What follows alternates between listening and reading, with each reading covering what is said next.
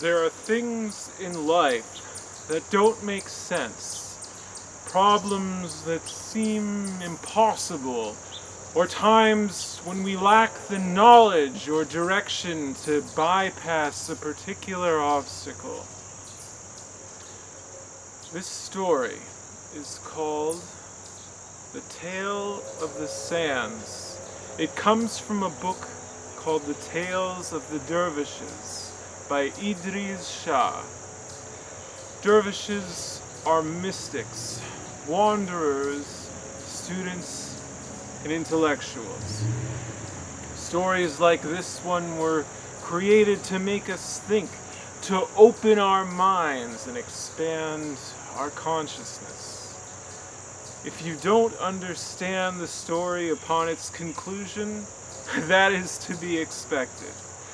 All I ask of the listener is that you allow the words to take root in your imagination. Let's begin. A stream passing through every kind and description of countryside at last reached the sands of the desert. Just as it had crossed every other barrier, the stream tried to cross this one, but found that as fast as its waters ran into the sand, they disappeared. It was convinced, however, that its destiny was to cross this desert, and yet there was no way. Now a hidden voice, coming from the desert, whispered, "The wind crosses the desert, and so can the stream." The stream objected that it was dashing itself against the sand and only being absorbed, that the wind could fly, and this was why it could cross a desert. By hurtling in your own accustomed way, you cannot get across. You will either disappear or become a marsh. You must allow the wind to carry you over to your destination. But how could this happen? By allowing yourself to be absorbed in the wind. This idea was not acceptable to the stream. After all, it had never been absorbed before. It did not want to lose its individuality, and once having lost it, how was one to know it could ever be regained? "The wind," said the sand, "performs this function. It takes up water, carries it over the desert, and lets it fall again. Falling as rain, the water again becomes a river." But how can I know that this is true? It is so, and if you do not believe it, you cannot become more than a quagmire, which is another word for a marsh or a bog. And even this could take many, many years, and it is certainly not the same as a stream. But can I not remain the same stream that I am today? You cannot in either case remain so. Your essential part is carried away and forms a river again. You are called what you are even today, because you do not know which part of you is the essential one. Upon hearing these words, certain echoes began to arise in the thoughts of the stream. Dimly, he remembered a state in which he, or some part of him was it, had been carried in the arms of a wind. He also recalled, or did he, that this was the real thing, not necessarily the obvious thing to do.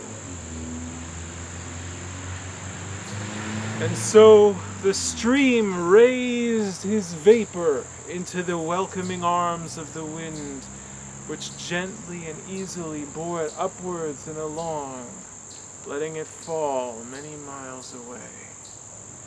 And because he had had his doubts, the stream was able to remember and record more strongly in his mind the details of the experience. He reflected, yes, now I have learned my true identity. The stream was learning, but the sands whispered, we know, because we see this happen day after day, and because we, the sands, extend from the riverside all the way to the mountain. And that is why it is said that the way in which the stream of life is to continue on its journey is written in the sands. And that is the end of the story. Do you remember the last time when you thought about improving yourself but decided not to? Do you remember the last time when you thought about improving yourself but went ahead with it? Change is inevitable. I think that as humans, we are afraid of becoming better people because we are afraid of losing the parts of ourselves that we are familiar with, the parts of us that we have come to love. But is it not the case that when we change for the better, we like ourselves better? We find that very little has been lost. In fact, most of what we had has been improved on. Sometimes we need the help of another person or outside force in order to change. In this story, the stream was advised by the desert and was carried across the desert on the grace of the wind. When we have completed our transformation, we would do well to remember those who carried us across the desert. Once again, this has been The Tale of the Sands from a book called Tales of the Dervishes by Idries Shah. The version of the text used in this particular retelling is credited to a man named Awad Afifi, the Tunisian, who died in 1870. Thank you very much for listening, and I'd like to give special thanks to my friend Rovina for her support. Goodbye.